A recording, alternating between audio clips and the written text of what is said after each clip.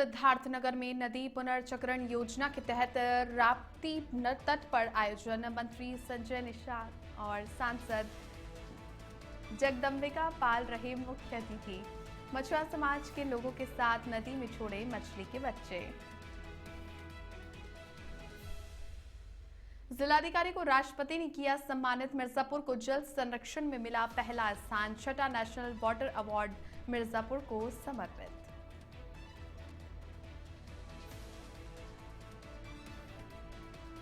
बारातियों से भरी बस टावर से टकराई। हादसे में 16 लोग हुए घायल। कटरा बिल्हौर मार्ग पर बरसोहिया गांव के पास हुआ हादसा। 4 गंभीर रूप से घायल, मेडिकल कॉलेज रेफर। कुशीनगर में भीषण सड़क हादसा। अनियंत्रित होकर डिवाइडर से टकराई कार। 2 की मौत, 3 लोग गंभीर रूप से घायल।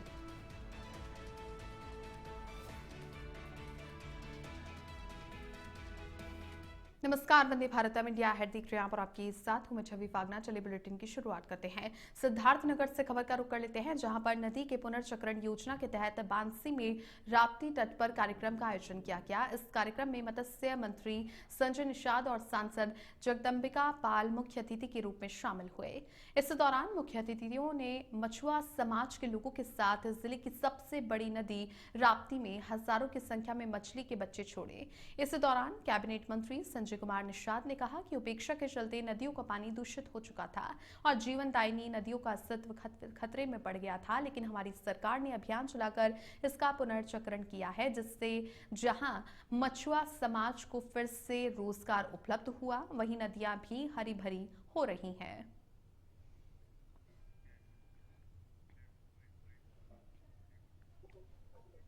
पहले तो मैं प्रधानमंत्री नरेंद्र मोदी जी को बधाई दूंगा। कोई क्षेत्र ऐसा नहीं है देश में जिस क्षेत्र के लोगों को विकास नहीं किया। आज इस नदियों के किनारे रहने वाले मछुआरों के हितों के, उनके विकास को धारा में लाने के लिए, उनके आय बढ़ाने के लिए, नदियों जब नदी हरे भरे थे, माननीय प्रधानमंत्री की सोच थी कि जब तक नदी हरी भरी थी, ताल तलैया सब भरा था, तो देश सोने की चिड़िया थी।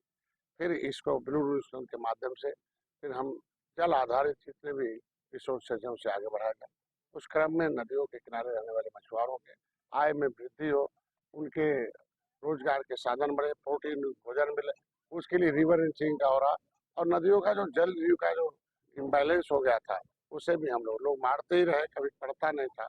और पहले कभी पढ़ता भी था तो कागज में पढ़ता था, तो मैंने उसे सब सही कर दिया और अब निगम से बच्चे आ रहे हैं, स्वस्थ बच्चे आ रहे हैं, बड़े आ रहे हैं। पहले 70% मर जाते थे डालते डालते, तो कभी अभी कुछ नहीं देखा। तो ये हम लोगों ने आज के दिन में इस प्रधानमंत्री की योजना। उन्नाव से खबर है, जहां पर राज्य महिला आयोग की उपाध्यक्ष अपर्णा यादव ने उन्नाव में जिला अस्पताल का निरीक्षण किया और मरीजों से स्वास्थ्य सुविधाओं के बारे में जानकारी ली। इस दौरान उन्होंने राजनीतिक मुद्दों पर भी अपनी राय रखी।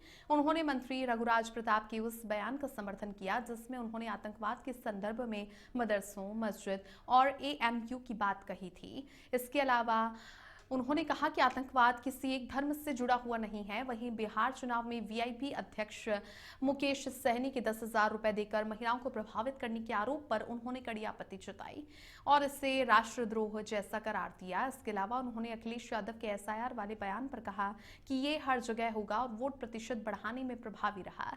उपाध्यक्ष ने समाज में गुमराह लोगों को सुधारने और आवश्यक होने पर दंड देने पर भी जोर दिया।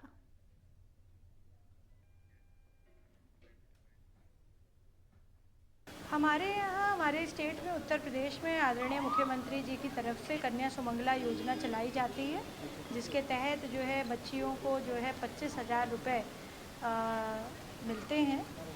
और पहले जिस तरह से ये समाज में कुप्रथा थी कि लड़की होना कोई अच्छी बात नहीं है और जिस प्रकार से हमारे समाज में पितृ प्रधानता थी, तो उसको ये ख़त्म करने का एक बहुत ही नया इनिशिएटिव है। और जहाँ पे बच्चियों के जन्म को मनाया जाता है, खुशी से उनको किट बांटी जाती है और उनको इस चीज़ के लिए भी बोला जाता है कि आपको 25,000 रुपये भी मिलेंगे। तो आप देख रहे होंगे जब ये बात मैं बता भी रही थी वार्ड में, तो सब लोग बहुत एक्साइटेड थे, खुश थे। हमारे बहराइच के महसी इलाके में तेंदुए ने दहशत फैला दी है। रेहुआ मंसूर गांव के खेतों में तेंदुए की चहलकदमी कैमरे में कैद हुई।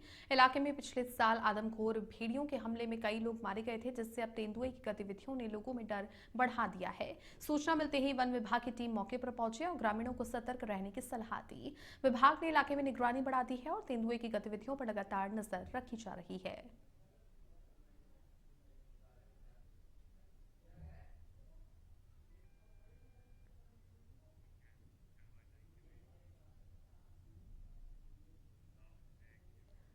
ग्रेटर नोएडा के रबूपुरा थाना क्षेत्र के नगला हुक्म सिंह गांव में उस समय बड़ा हादसा हो गया जब निर्माणाधीन मकान का लेंटर अचानक से गिर गया।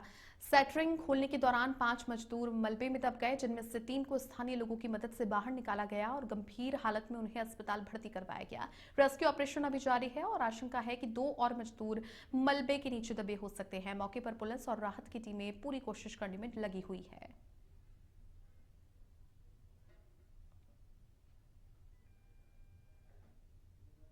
तो आप देखिए, ग्रेटर नोएडा में निर्माणाधीन मकान का लेंटर गिर गया और सेटरिंग खोलते समय 5 मजदूर मलबे में दब जाते हैं।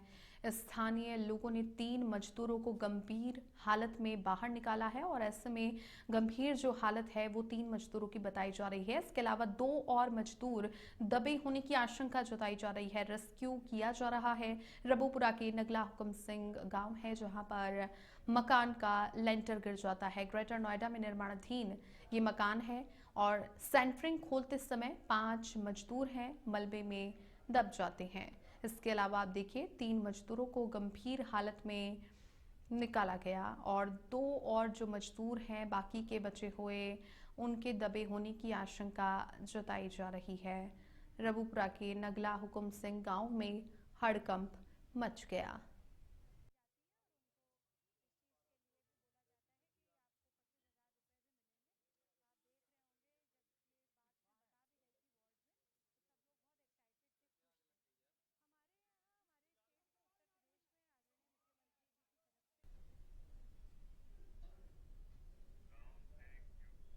चलिए आगे बढ़ते हैं। कुशीनगर के अहिरौली थाना क्षेत्र के 15 मील के पास में सुबह करीब 4 बजे एक दर्दनाक सड़क हादसा हो गया, जहां पर अनियंत्रित मारुति कार डिवाइडर से टकरा गई। हादसे में 2 लोगों की मौके पर ही मौत हो गई है, जबकि 3 की हालत गंभीर बताई जा रही है। सूचना मिलते ही अहिरौली पुलिस मौके पर पहुंची। शवों को कब्जे में लेकर के पोस्टमार्टम के लिए भेज दिया गया है। गंभीर रूप से घायल लोगों का इलाज जारी है।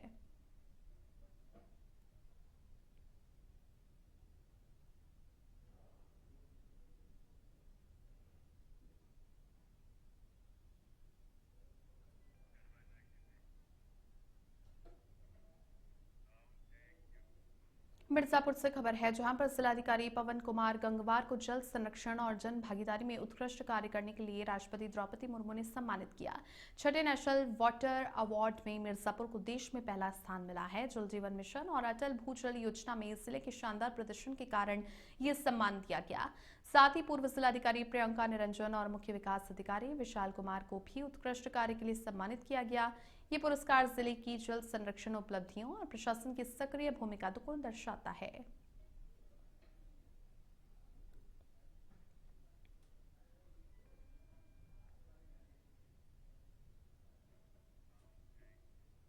हरदोई जिले के सवाईजपुर कोतवाली क्षेत्र में मंगलवार की देर रात बारातियों से भरी हुई एक बस अनियंत्रित होकर के सड़क के किनारे लगे टावर से टकरा गई, जिससे 16 लोग घायल हो गए। यह हादसा कटरा बिल्हौर मार्ग पर बरसोहिया गांव के पास में हुआ है। बारात फर्रुखाबाद जिले के कमालगंज थाना क्षेत्र के देवरान गढ़िया गांव से सुरापुर जा रही थी। हादसे में शिवम, सुशील, कृष्णानंद और राज बहादुर की हालत गंभीर होने पर उन्हें मेडिकल कॉलेज हरदोई रेफर कर दिया गया।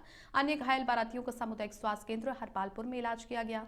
पुलिस ने घटनास्थल का निरीक्षण करके मामला दर्ज कर लिया है और फरार बस चालक की तलाश शुरू कर दी है।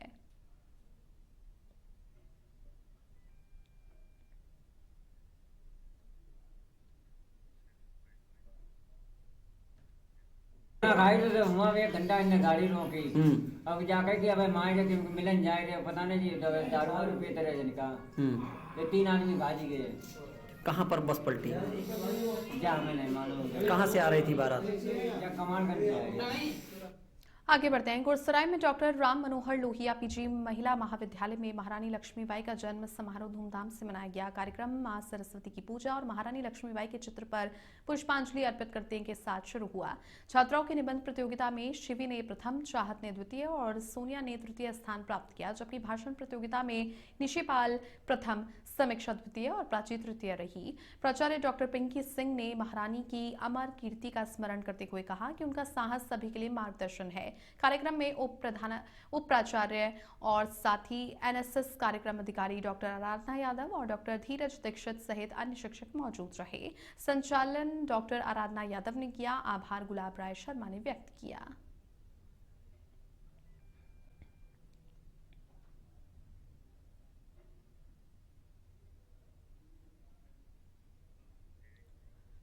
बागपत में सांसद खेल महोत्सव का भव्य आयोजन आज बड़ौद के जाट कॉलेज ग्राउंड में शुरू हो गया। कार्यक्रम का शुभारंभ प्रभारी मंत्री जसवंत सिंह सैनी, राज्य मंत्री केपी मालिक और सांसद राजकुमार सांगवान ने किया। 3 दिनों तक चलने वाले इस महोत्सव में जिले भर से आए युवा अपनी प्रतिभा का जलवा दिखाएंगे। खेल महोत्सव में दौड़, कुश्ती, फुटबॉल सहित कई प्रतियोगिताओं का आयोजन किया जा रहा है, जहां पर खेल प्रेमियों और प्रतिभागियों में खासा उत्साह देखने को मिल रहा है। खिलाड़ियों का उत्साह बढ़ाने और उन्हें आगे बढ़ने के लिए प्रेरित करने के उद्देश्य से सरकार ने इस आयोजन को खेलो इंडिया अभियान से जोड़ा है, ताकि ग्रामीण और शहरी क्षेत्रों की छुपी प्रतिभाओं को सही मंच मिल सके।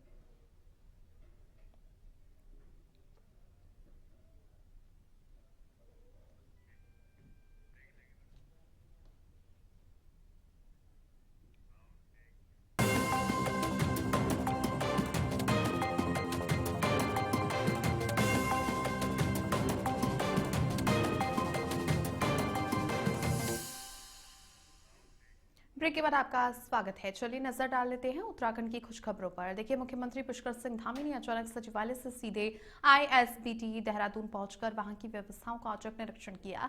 मुख्यमंत्री ने परिसर में स्वच्छता, यात्रियों की सुविधा, संचालन व्यवस्था और परिवहन प्रबंधन का बारीकी से निरीक्षण किया। इस दौरान मुख्यमंत्री ने कई स्थानों पर फैली हुई गंदगी को देखकर नाराजगी जाहिर की। उन्होंने कहा कि आईएसबीटी जैसे महत्वपूर्ण सार्वजनिक स्थलों पर स्वच्छता में कोई भी लापरवाही बर्दाश्त नहीं की जाएगी। इस दौरान मुख्यमंत्री ने स्वयं झाड़ू उठाकर सफाई भी की और अधिकारियों को संदेश दिया कि स्वच्छता अभियान केवल कागजों पर नहीं बल्कि जमीन पर दिखाई देना चाहिए।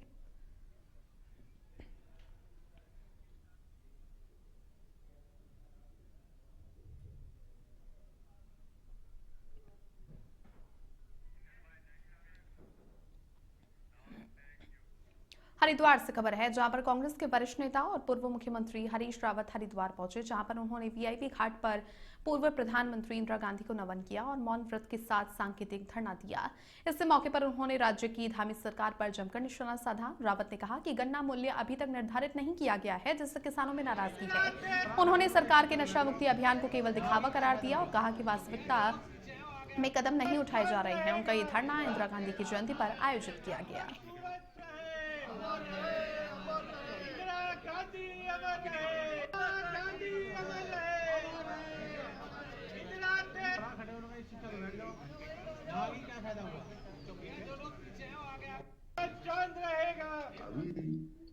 विधायक सत्र घोषित कर दिया है और उच्च चीनी मिलों में विधायक प्रारंभ भी होगी, मगर आप गन्ने का खरीद मूल्य घोषित नहीं कर रहे।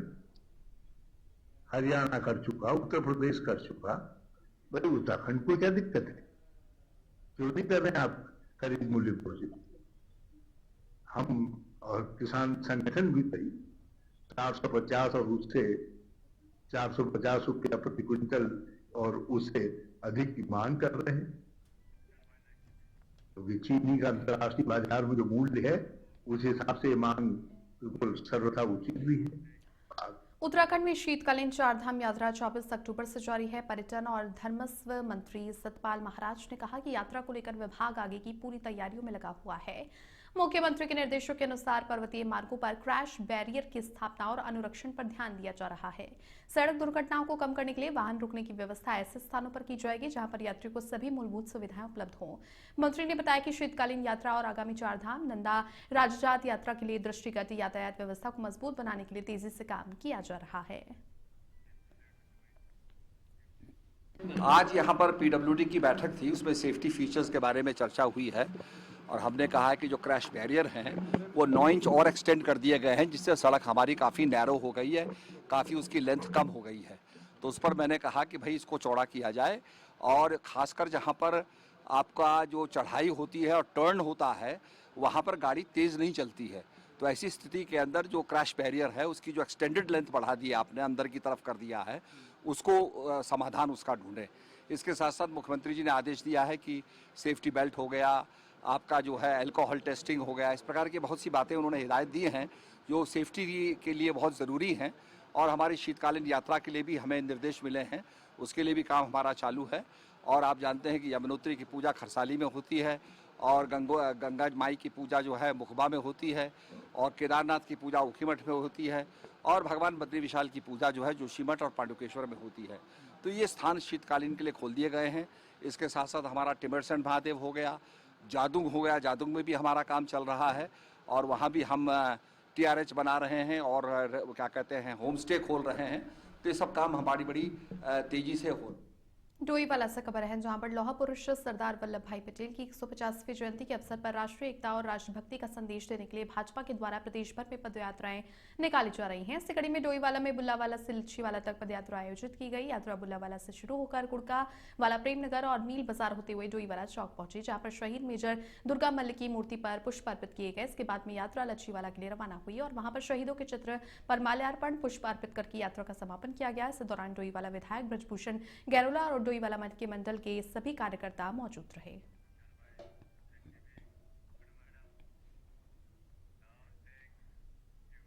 नैनीताल पुलिस ने यातायात अनुशासन सुनिश्चित करने के लिए सघन अभियान चलाया है। एसएसपी डॉक्टर मंजूनाथ टीसी के निर्देशों के तहत प्रेशर हॉर्न का प्रयोग करने वाले 47 वाहनों के चालान किए गए और 47,000 रुपए का जुर्माना वसूल किया गया। मौके पर सभी वाहनों के प्रेशर हॉर्न भी उतारकर जब्त किए गए। एसएसपी ने बताया कि प्रेशर हॉर्न पूरी तरीके से प्रतिबंधित है और इसे आमजन को परेशान करने वाला माना जाता है। पुलिस ने नागरिकों से अपील की है कि वे नियमों का पालन करें और सुरक्षित यातायात में सहयोग दें।